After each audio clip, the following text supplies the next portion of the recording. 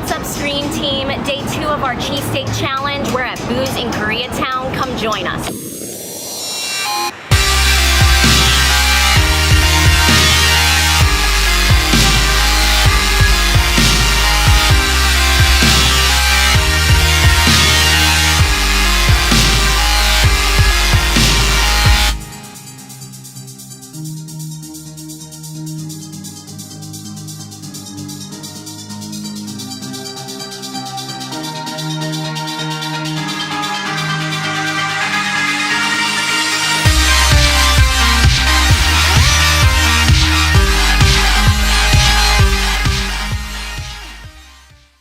We got a mushroom steak, provolone, cheesesteak, half provolone, half whiz, small cheese fries, butterscotch cupcake, 3 pound soda. This is definitely a good representation of a true Philly cheesesteak. I've been to Philly, so I know what You're from Philly. I kind of heard the accent. I heard the East Coast in you for sure. I didn't ask for water, though. Oh, there you go. Yeah. I've changed a little. I asked for water. Well, I'm from Dallas. So we got our food. It's looking amazing. It's smelling amazing. We did the crazy thing. We did the Tim's cheesesteak today. Provolone and whiz all on one sandwich. I'm getting ready for a nap later already. Stoked about this. It looks fantastic. Greasy in all the right ways. Look at that. It's got a nice crunchiness to the bread, but still super soft in the middle. Some whiz fries going on here. It's a healthy amount of steak. Well, healthy might not be the operative word, but quite a bit of steak in this. Comparable to the last spot. It's pretty much right there. It's an authentic Philly cheesesteak. Amorosa rolls. All the elements that make up an authentic Philly cheesesteak that us Philly transplants would really enjoy out here in Los Angeles, bring us right back home. Let's dig into this. All We're right, splitting it halfway. So I'm taking the bigger half. Yes, please. Thank you. So I'm the bigger dude, and you're not a dude at all. No, he keeps calling me dude, and I'm like, dude. Doesn't like when I call her dude. So not a lot of people would volunteer to eat a cheesesteak, a messy cheesesteak on camera, but that's just the type of attention whores that we are. My favorite things, Italian peppers, red and green peppers. We're gonna add some of that on there. They're amazing. Is that the same as jardiniere? It's kind of like a jardiniere. They're pickled somewhat, Pickled peppers? as well. Yeah, it just gives it another layer to the cheesesteak. The fries, they are crispy as heck. Perfect texture for cheese fries. They're not getting soggy, soaking up the cheese very nicely. We didn't have to order these fries well done like I do at In-N-Out. That's a plus right there. Yeah. Why do some people go whiz? Why do some people go more of a traditional provolone or American? People go whiz over, a traditional cheese or like a real cheese, so to speak. The meltability. Regular cheese just doesn't do it like that. It doesn't turn into this like delicious, so wrong it's right goo. And let's not kid ourselves. This is not health food. No. So why processed cheese? Yeah. Why not? Yeah. Let's do it. When we're doing junk food, we might as well go full junk. Cheesesteak cheers. Okay. We're on. Yeah. These peppers just bring it up a notch. It reminds me of my grandfather in South Philly. Definitely be adding some peppers to mine right now, but just having it as it came, really flavorful. The cheese is super sharp. Everything about it, I'm enjoying. I like provolone and whiz together. Provolone and whiz together. I love cheese, so it's never enough cheese, really. Why not? The more cheese, the better. I have no complaints. You go to Pat's on the wrong day, you might not get a cheesesteak as good as this. Yeah. What are your guys' feelings on these controversial opinions that the Pats or the Genos are not the spots to go to in Philadelphia? I don't think that's correct, though, because it was the first cheesesteak, and they're Pat's is still the OG. doing it right. Everyone will have their favorite over one over the other because they're right across the street from each other, and the meats are different on the sandwich. It's more medallion cut style meat with Geno's. Deux and Figueroa Philly does like the Pat style, where the meat is chopped completely, which I prefer. But then you've got places like D'Alessandro's and Jim's. 3 a.m., it all tastes the same, right? That's sort of the appeal of a cheesesteak, I think, at the end of the day. At 3 a.m., everything kind of tastes the same, so you just want greasy, delicious, filling food dumped on a roll, shove it down your face, feel full. I've had many a terrifying story in front of like a Pat's or Geno's at 3 a.m. Guys will be in line at the end of the club and say a little bit too much to a female, and then all of a sudden a fight ensues where a woman will flat out win that fight. Oh yeah. A Philly woman? So Odds are. I'm not going to disparage any Philly women. I'm afraid of some of them sir. too, and I'm from there. How do the Philly ones rank?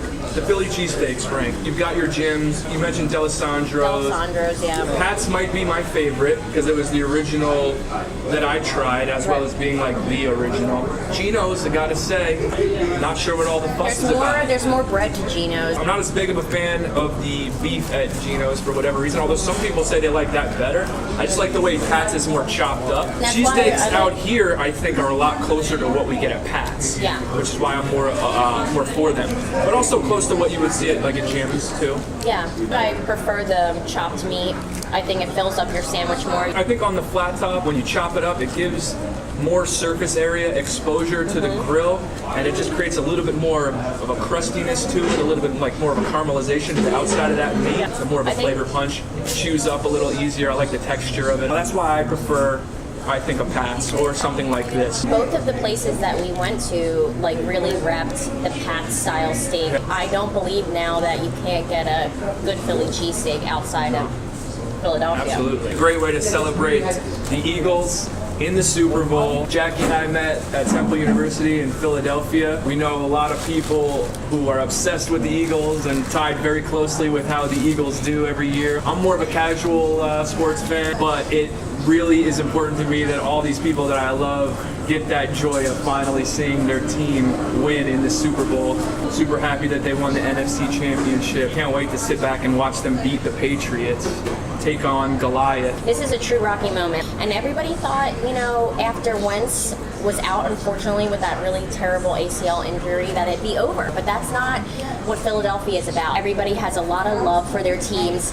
Sometimes, maybe too passionate, when you're in like one of those tumultuous love affairs, you love somebody so much, you might say some things you don't mean, but they rally behind their teams. I really would love to see my father cry for the first time in a long time if they take it home. We also got these Booze butterscotch cupcakes right there in homage to the Tasty Cake butterscotch crimpets. Probably the most popular Tasty Cake pastry that you can get. Super popular in Philadelphia and on the East Coast. You can't really get them out here in LA, so all the authentic cheesesteak spots have some Tasty Cakes or something like this to kind of hit that spot. I think it's great that they do their own style, and that's definitely a plus. Why is Philadelphia a sports town? A lot of times sports towns aren't just sports towns, but underdog towns. And I think it can go either way. If you're super winning, like the Patriots, or you have a dynasty, success is going to breed a lot of enthusiasm from the people in the area. Yeah. Philadelphia has come so close so many times. An underdog city outside of sports. It's underdog in that it's kind of like secondary to New York. Yeah. It's a big major metropolitan city with so much history, but it's still looked at as kind of the underdog. Right. But we've got a lot of fight in us. We've got so much going on. It's a rich neighborhood with a lot of history and a rich area with a lot of heart. Absolutely. It is the city of Rocky, Invincible, and Vince Papale. That underdog theme permeates throughout the year. This year, facing the winningest team in the NFL. Now this is our chance to actually win that underdog story. It's like your identity. On the whole, a very blue-collar town. People identify and live through those sports teams. People from outside of Philadelphia, they'll speak about Philadelphia and it's like, oh, your fans are the worst. Philly has almost like a trashy rep. Yeah, but it's not. As compared to like New York City. It's so much more manageable. New York feels like more separate entities. You've got different boroughs, islands, different boroughs that are its own kind of place. You're uptown versus downtown. It feels very different. And Philly has that. It has its different sections, but they all feel part of a one. That's actually on purpose because of William Penn. Really? The main center city that kind of is the heart of the city that connects everything is just a grid. North, south, east, and west. It is super easy to get from one side of town to the other. Being able to experience so many parts of the city within the same day. It's just such a special place. And it's nice to have a little piece of Philadelphia out here in Los Angeles. Because we get homesick. At Booze. So your person might be obnoxious, but then they'll be the first person to help you out if you get a bum tire. Yeah, they're very loyal. Philly is a tough city, but it's supportive. It's very supportive. It's brotherly love. Yeah. Brothers are tough. Brothers will beat you up, Right. but they're protective of you. They'll support you. Call you on your BS as well as a form of love. I think that often is misconstrued to like, oh, they're terrible people or they're hard people. Well, they're hard people because it's like winter like 9 months out of the year and they keep getting slammed with blizzards and having to dig their cards out. And also they're drunk. Yeah, I know. I would want to be if I was digging my car out of that too. Shout out to the mummers, still recovering from New Year's, 31 days later. I don't know any other city where New Year's Day is a bigger celebration than New Year's Eve. And in Philadelphia, I mean, they start from New Year's Eve. Yeah, I think it's all one thing. It's all one day. It's like a 48-hour period. Methamphetamine is involved. They would have these auditions every year to sing the national anthem. First year I was like 12 years old. Randall Cunningham was on the team, and I remember him just like picking me up and hugging me. He was like a Santa Claus figure to me. Just so big, so jovial, so sweet. And I was so scared, you know, because Philly fans can be really tough. After auditioning years later, I've done it quite a few times since the last year I sang was when they went to the Super Bowl. And the home of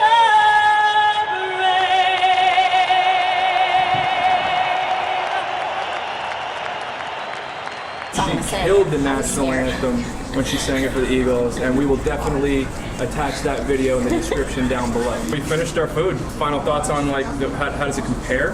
You think it's a draw? Well, like, each has their strengths. I think it's really tough. I think if we're comparing the two, it's really tough to pick one, and I think you can't go wrong with either. So whichever area you're in, if you're in the mood for a cheesesteak on that day, hit that place up and you will not be sorry. Silver Lake, Koreatown, head over to Deux where we are right now. Downtown LA, going to a football game over there. Figueroa, Philly, over by USC. Both these places knocked it out of the park. On certain things, I might give it slightly to Booze. I think I like the fries a little bit better here. They're crispier, still crispy, even at the end. The whiz here is phenomenal, super sharp. Yeah, Steaks very themselves are very comparable. One Yeah. thing that Figueroa Philly does have going for it that this place does not is drive-through. If you want that drive-through cheesesteak, if you're in a hurry, can't go wrong over there. I think I would give just a slight edge to Booze. It has my Italian roasted red peppers, and the menu is just really, really simple. Very East Coast. When I walk in and I see that menu, I feel like I'm walking into D'Alessandro's or like a corner deli. What do you think about the aesthetic here? I like the graffiti on the walls. This place is super clean. We walked in, it was immaculate. Everything behind the counter, spotless, clean, fresh, super nice, very helpful. Same at Figueroa Philly, so can't knock that. We should try this cupcake. Their take on the butterscotch crimpet. They're trying to mimic the Tasty Cake Butterscotch Crimpet, the iconic Tasty Cake Butterscotch Crimpet. Super moist cupcake, just taking it off. It's all over my fingers right there. That's a beautiful thing. I'm gonna lick the shit out of these. Yeah, gross, right? Cheers.